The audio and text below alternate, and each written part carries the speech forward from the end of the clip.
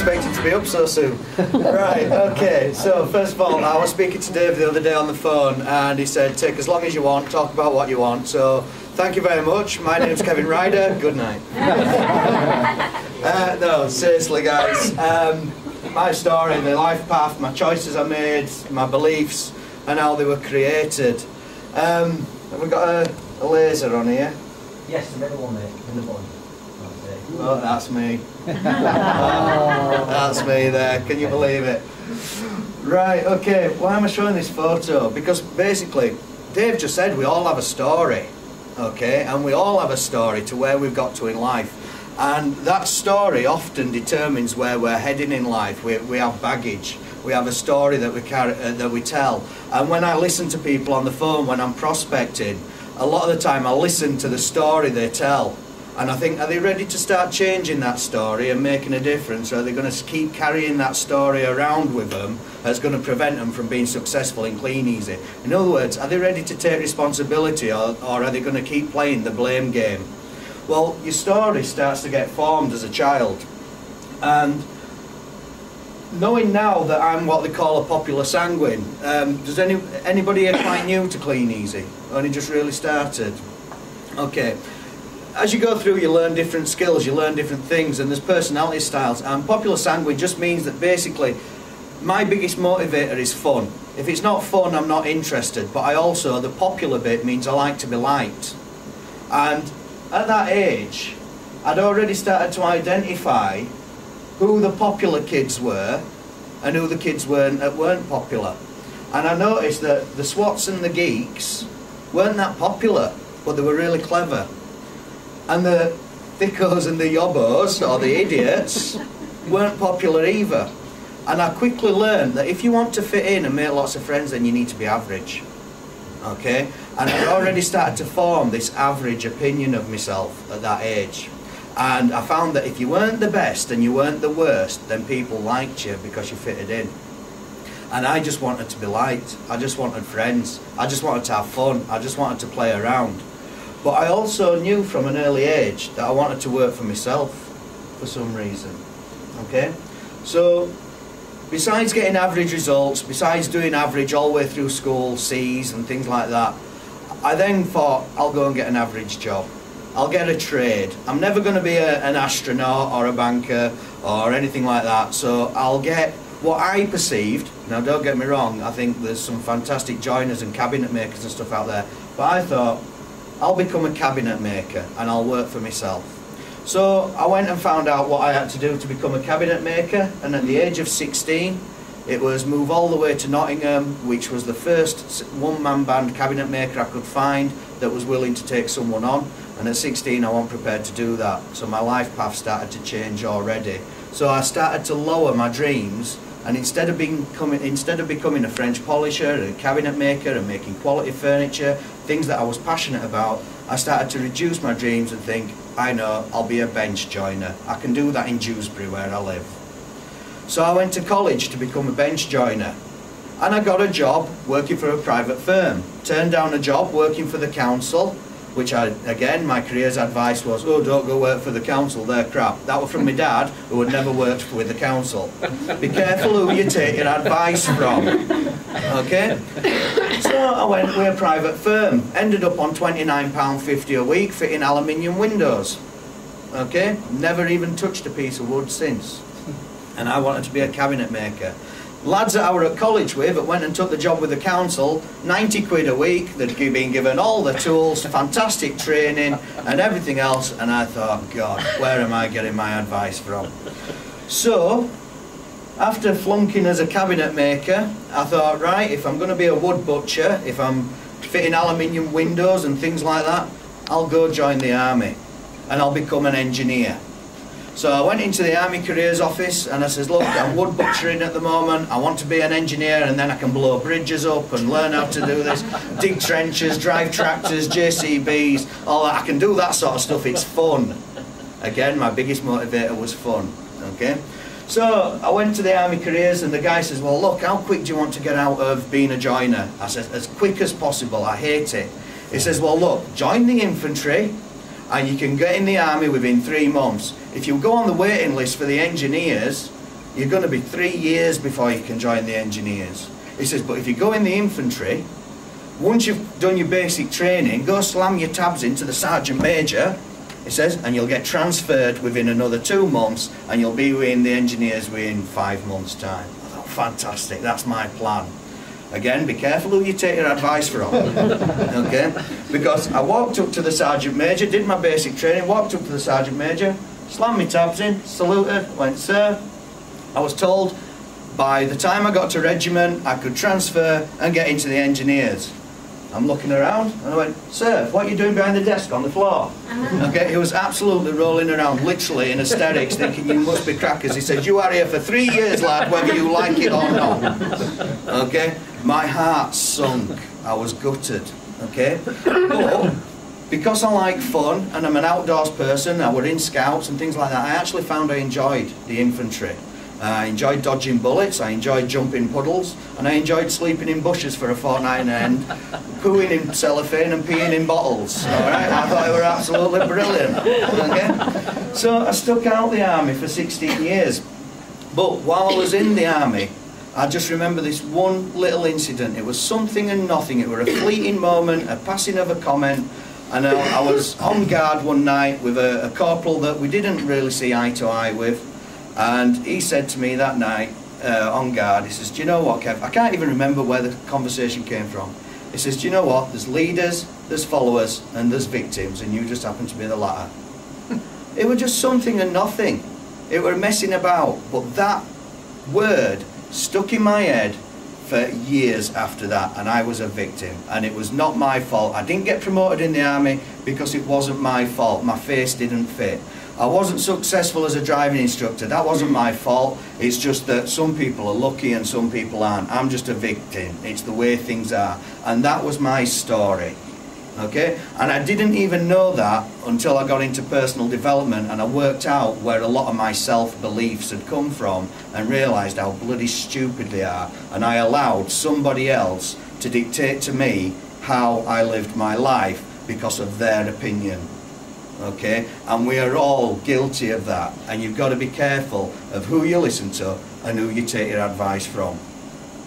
So that's me practicing my phone calls in Bosnia. I didn't realise it at the time, but I was getting really good at ringing prospects. Okay, building my confidence up, thinking, oh, I'm a victim.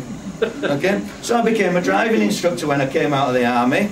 All right, after 6 years, I was engaged to a girl. Didn't want to marry into the army because it really is, in my opinion, a single man's job. Okay, got engaged to a girl and thought, well, what can I do? I can identify tanks at 2 miles away. I can tell you how to blow them up. I can recognise the difference between a German uniform and an English uniform and all that. And I thought, where does that fit into Civvy Street? Okay, I had no real skills. I flunked at school. I walked away from joinery and I thought, what the hell can I do? But I still had this burning desire to work for myself. Don't know why. I just knew that working for a boss, you'd never make it rich. And that's all I needed to know. I had a desire to take control of my income. So I thought, what can I do? I've no qualifications, no education. I need to learn a new skill. I love driving. In fact, I went to the careers office, sat down at a computer, did a test, and at the top of the test it said join the army. I thought, well, that's where I've just left. The next thing it said join the police. I thought, I don't want another uniform. The next thing it said fire service. I thought, I'm not tall enough. And then the next thing it said driving instructor. Where that fitted in with the uniforms, I've no idea. But I thought, oh, I can do that. I can be a driving instructor. So I joined an agency, did a load of part-time work, working in factories and things like that. And while I was working in the factories, I learned how to become a driving instructor. Absolutely love teaching people. Absolutely love working with people. People have said I'm a natural coach. I don't know. I just get great pleasure out of seeing people achieve more than what they believed they could achieve. People used to ask me, how many people pass the driving test? Do you know what? It's the same, exactly the same answer as clean easy. 100% of them that don't quit. Everybody who continues on will pass. You will be successful, but if you walk away from it, you never will. Okay, it's as simple as that. It's the same with everything in life. Okay, So I became a driving instructor, and the text hadn't come up, but I got myself into £30,000 of bad debt. That's because that's not because I was bad at teaching people how to drive. That's because I was crap at running a business. Okay, I was terrible with money management, financial management. I didn't have a clue what I was doing.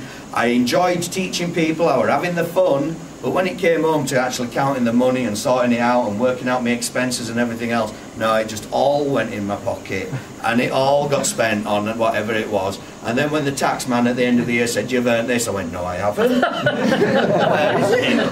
"I haven't earned that, you must be joking." So I picked up a card, I don't know why I haven't come up on there, but basically just a general card. I should say my brother picked up a card that said earn £300 to £500 a month in your spare time working from home. He actually found that card on the sole of his shoe at IKEA, okay? And he thought, Kev skint, he gave it to me. So to cut a long story short, I responded to that. I got a phone call. Guy said, "You'd responded to an advert about working from home. Have you seen the information pack?" I went, "Oh, it's clean easy. That catalogue thing. I'm not doing that. I've got letters after my name. I'm an ADI driving instructor." He says, "I don't care how many letters you've got after your name, you're still skin." And I went, and some people would have put the phone down and hung up. And I just thought, do you know what? He's right. It don't matter how big my ego is. He is absolutely right. I'm skinned. And I've said to people on the phone before, when I know that they're not going to join, by the way, and you might not want to repeat this, but I know that when I've spoke to people on the phone and got to the bottom of it, and sometimes they're like, "Oh, I'm already earning good money." I mean, inside I'm thinking, well, why you rung me then? If your life's so blooming brilliant, why you rung me? And in the end, sometimes I've got so frustrated and I've gone, look, you can either have a fat ego or a fat wallet, but you can't have both. Okay? And with some people it's worked. With some people it hasn't. But I don't care. I'm here to help those that are ready to start helping themselves and get over themselves. Okay? Because I did have an ego when I started this business. I thought I was too good to deliver and collect catalogues, even though I was 30 grand in debt. So, I've been asked to come here and talk about how I won the cup. Do you know what it is though? Everybody says, "Oh, what have you done to win the cup? How did you win the cup?" Nothing different to what you already know. Alright? I generated leads. I phoned them. I generated enough leads so that my attitude was I could say no to people. "I'm sorry, you're not right for Clean Easy." How many people would turn around to somebody and say, "No, you can't do it"? Alright? Most people are begging and crying for people to join their business because they're scraping the bottom of the barrel with 10 to 12 leads a week. When you've got 150 leads a week coming in, you can choose who joins your business, and then your business starts to grow. Okay? So I was just generating lots of leads. I was talking to lots of people. I was tracking how many leads I had coming in. I was coaching the people how to pick up the phone and deal with people. I was showing people skills with people. That all the leaders in this room today know how to do all that. Okay? You only have to speak to your sponsors who will put you in touch with somebody that knows what they're talking about. When I was driving instructing, I was recommended all the time by pupils, but I never expected my pupils to then start teaching them how to drive.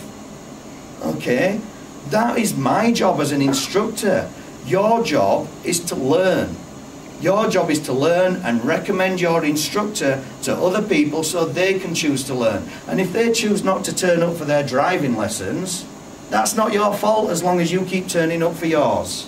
Because you can learn how to drive this vehicle called Clean Easy by speaking to the people who's already driving it, by speaking to the people that's already doing it. That's all you've got to do. Okay? Be hungry to learn, not to teach. Be hungry to learn. So the information is in this room. We've got SEDs that know more about this business than I do. There's people in this room that's been doing this business longer than I have. I cannot teach you anything new. But what changed in me? Well, it's why to versus how to. The how to is easy. Okay? Thousands of people in Clean Easy know how to build this business. But why? Okay? It doesn't matter how much you believe in your company. It doesn't matter how much you believe in the products. It doesn't matter how much you believe in the catalogue or the industry of network marketing or MLM. Okay? You can believe in all that stuff. I did. I believed in it. We're here today, you can see people in this room moving it forward. Who's been to the showcase in Birmingham? And there's over 3,000-4,000 people, or 5,000 people there the first time I went. You're telling me they're all wrong? Okay, social proof this business works. I believed in it. But if you don't believe in yourself, you're going nowhere. If you don't deal with this story that you've been carrying around since childhood, that you've been forming, and the beliefs that you've been creating about yourself, about what you can do and what you can't do, there is nobody any better than anybody else in this room. We are all born equal, and everybody can achieve what anyone else has already previously achieved. Roger Bannister ran the 4-minute mile. They said it was humanly impossible. Now don't quote me on this, but I believe about 6 people did it in the following 12 months, and yet it had never been done in history before. So what changed? The standard. The bar had been set, the possibility, the belief. Okay? So self-image versus self-belief, where does it come from? We're born with only 2 fears. Does anybody know what them fears are? Loud noises and fear of falling. Exactly, spot on, well done. It's the fear of loud noises and the fear of falling. Protection mechanisms to save you as a child, and then your parents do the rest. Okay? So constant negative programming by significant others, including ourselves, bad experiences, and you say, oh, I can't do that. I was speaking to my stepdaughter today, and she won't put her earrings in. She says, I can't, she's 12-year-old. And her mum does it for her all the time. I says, why can't you? Because it hurts. I says, only when your mum does it. I says, it doesn't hurt if you do it because you're in control. Of course you can. I can't do it. I says, you can do it. And I says, I don't ever want to hear the word I can't from you again. I says, because I will help you. And I will help you every step of the way till you can do it. Okay? And that's what it's about. That girl is going to be able to do anything she wants to do while she's living under my roof. That sounds like my dad. Thank you, Dad. Love you. Okay, so garbage in, garbage out. Sorry, we'll come back to that. What do you class as significant others? What would you class as significant others? Parents, family, people you trust and respect or believe to have more knowledge in a subject than you do. How many cancer sufferers, including my dad, turned around to the doctor and said, how long do I have? And they say 2 years. That person is held in high regard and to have more understanding of the subject than my dad. So my dad believed him. I was furious. I says, accept his diagnosis, but don't accept his condemnation or when he's condemned you to die. Don't accept that, because only you choose that. It's all right understanding what's wrong with you, but you can work on it and you choose when you die, nobody else. All right? So be careful who you listen to. Past references, experiences. Let's say if you take for imagine, this tabletop is your beliefs. Okay, it's solid, you know they're right. How many people believe the world was flat? Everybody. Okay, everybody believed the world was flat, and the first person that said it wasn't, they nearly hung him and lynched him. Your beliefs are not truths, they are beliefs. Okay? All I have to do is knock away the references. So if I knock away these table legs, let's say this is, the world is flat because my teacher told me. The world is flat because my parents told me. The world is flat because I read it in a book by somebody I believe. The world is flat because society says so. Alright? All I have to do is knock away them legs and your beliefs collapse. All you've got to do is find the references where your beliefs came from. You're a victim, Kevin. Who was he to tell me I'm a victim and me to believe it? All I had to do was knock away that reference and a few other supporting references, and I quickly lost that belief. Okay? And that's all you've got to do. So, your beliefs come from past experiences, failures and successes. All those form our beliefs. And whatever you believe to be true will be, whether it is or not. Okay? Beliefs are not truths, they're just what you believe. Your past does not equal your future. How many of you drive a car? Fantastic. Okay, if I said to you, right, get in your car and I want you to look in the rear view mirror and drive to Preston without taking your eyes out of that mirror, what would happen? You'd crash, wouldn't you? Why do we go through those lives looking in the rear view mirror? No wonder we keep crashing into the same things over and over and over again. Because we get what we focus on. And we're just looking at us past. You cannot change your past. Your past is your past.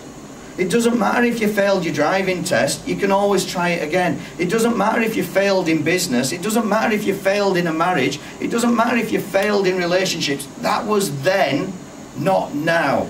You can change your future, you cannot change your past. Okay? You can't do anything about it apart from draw a line in the sand, put a lid on it and move on. Okay? Do not keep making the same mistakes of the past by looking in the rear view mirror.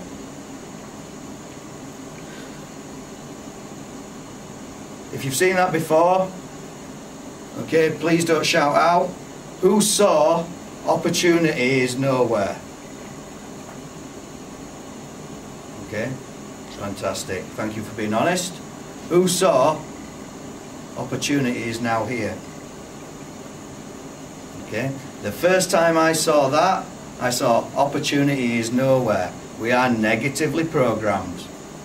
Okay, do you realise that from being born to 1 year old, on average, how many times a day in that first 12 months do you think you hear the word no? I'm talking a day. Any guesses? 300's a good guess? Not as many as when you're married. Depends if you marry the right person or not.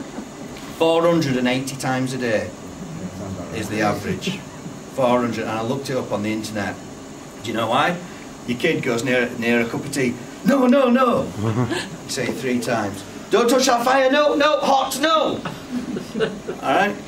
Okay, it's in their interest to protect them, and it's a negative command because it's quick and easy to say. But you are commanded and programmed negative from the moment you're born. Okay. Yes, it's with all good intentions, but the outcome isn't brilliant. How many times do you see a parent walking the kid home from school? Okay, and the kid's playing around, and they go, "Whoa, don't run in the road." The kid sees, "Run in the road," and they go do it. Why don't they shout, "Stay on the pavement"? Because the negative is don't run in the road, but the positive is stay on the pavement. Okay? People give negative commands instead of positive commands. Be very careful of what you teach your kids. What you see is what you get.